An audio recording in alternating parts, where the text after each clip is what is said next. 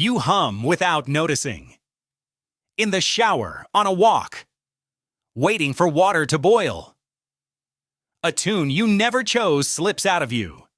And you don't remember deciding to make it, and you couldn't stop it even if you tried. It just happens. But the real answer to why is far stranger than a habit. That sound rising out of your chest is older than language. Older than farming. Older, possibly, than your own species. When did this begin? When did a creature first open its mouth not to warn, not to call, not to threaten, but to sing? To answer that, you have to travel back before the first city.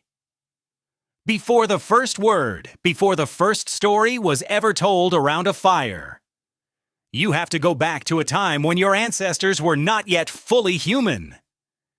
And when you arrive, you will hear something. Faint. Wordless. Strangely familiar. It might be the oldest music on Earth. Here is the first thing you have to unlearn. You probably imagine singing as something invented. A cultural achievement, something humans figured out once they had spare time. The way they figured out pottery or poetry. But singing is not an invention. It is closer to an inheritance. Think about what a song actually is. A song is controlled pitch, rhythm held in time, emotion shaped into sound and carried across the air to another mind. Now think about who else does that. Birds do it. Whales do it. Gibbons in the forest sing duets with their mates that can last for minutes. These animals are not copying humans. They sing because sound is one of the oldest tools life ever found for crossing the distance between one body and another.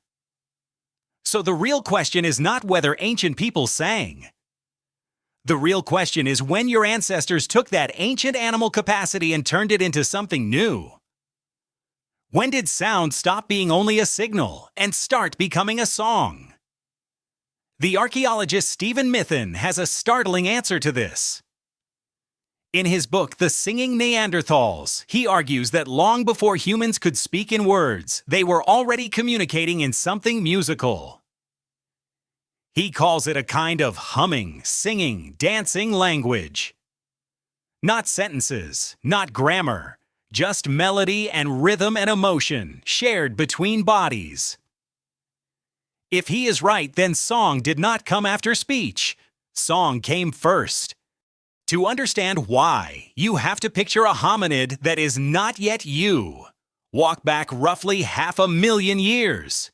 Your ancestors live in groups. They cooperate. They raise children who stay helpless for years, far longer than any other ape.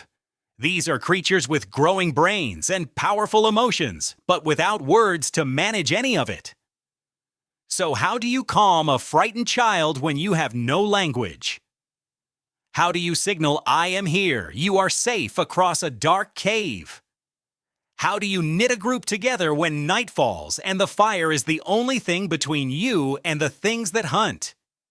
You use your voice, not in words, but in tone.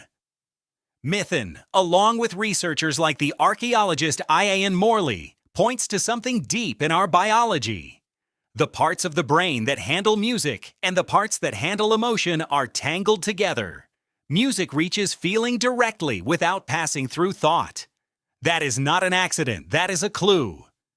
And there is one piece of evidence that survives to this day. Hiding in the most ordinary place imaginable. A parent and a baby. The psychologist Sandra Trehub spent decades studying how adults sing to infants. Across cultures all over the world, she found the same thing. People sing to babies, and the babies respond. A lullaby is slower, higher, more loving than ordinary speech. And here is the remarkable part. Trehub found that people from completely different cultures can listen to a lullaby in a language they have never heard and still recognize it as a lullaby. The song carries the meaning, even when the words mean nothing to you. That tells you something profound. Before a baby understands a single word, it already understands music. The melody soothes it. The rhythm steadies it. Your first language was never words. Your first language was song. So when did ancient people start singing? At least as far back as there were mothers holding infants in the dark and reaching for a way to say you are safe without any words to say it. That is older than we can measure.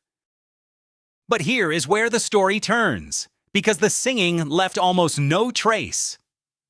A song is the cruelest thing for an archaeologist to study.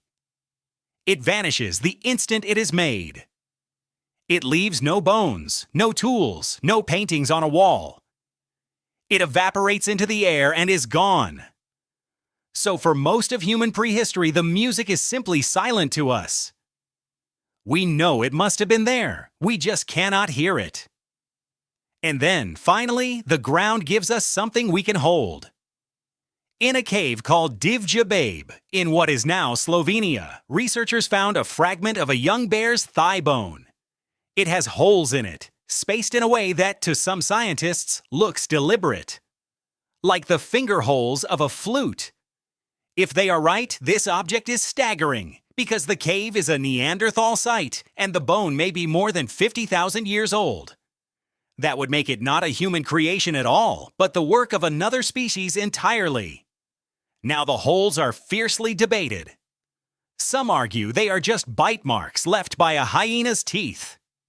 The argument is real, and it is not settled. But step back from the bone for a moment and notice the twist. By the time anyone is carving a flute, the music is already old. A flute is not the beginning of music. A flute is a late, sophisticated upgrade. To build an instrument, you must first already have the song in your head. You must already know what a melody is, what pitch is, what you are trying to reproduce. The instrument is the proof, but the singing came long, long before it. The oldest flutes we can date with confidence, carved from bird bone and mammoth ivory, are around 40,000 years old. And they are not crude. They are tuned. They are made with care. Which means the human voice had been singing for an unimaginably long time before anyone ever thought to make a copy of it out of bone. The instruments are the echo. The voice was always the original. Now come back to yourself. Come back to the kettle, the shower, the walk, the tune you never chose. That hum is not random. It is the same machinery your ancestors used 50,000 years ago, idling quietly inside you. When you put on a song after a terrible day, you are doing what they did at the mouth of the cave, reaching for sound to manage a feeling too big for words. When a parent today rocks a crying baby and falls without thinking into a soft rising melody, they are not performing a cultural ritual.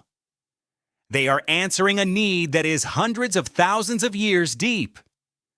The baby calms because the baby was built to be calmed this way. When thousands of strangers in a stadium sing the same words at the same time and feel suddenly like one body, that is not a modern invention either. That is the oldest function of song, to take separate minds and bind them into a group. You have a phone full of music. You have headphones that can pour any sound on earth directly into your skull. But the thing those tools serve is not new. The technology changed. The need never did. Why can't you stop humming? Because something in you has been humming for longer than your species has had a name. So the next time you catch yourself humming without noticing, stop for just a second and listen to it. That little tune is not a habit. It is a thread, and if you follow it backward, it does not end at your childhood, or your parents, or even at the first humans. It runs all the way back to a creature standing in the dark. Before words, before names, before history. Opening its mouth to reach another mind across the empty air. When did ancient people start singing? So long ago that the singing was here before the people were. You hum without noticing. But now you know what you are really doing. You are answering the oldest call our kind ever made, in the only language we had before we had any words at all.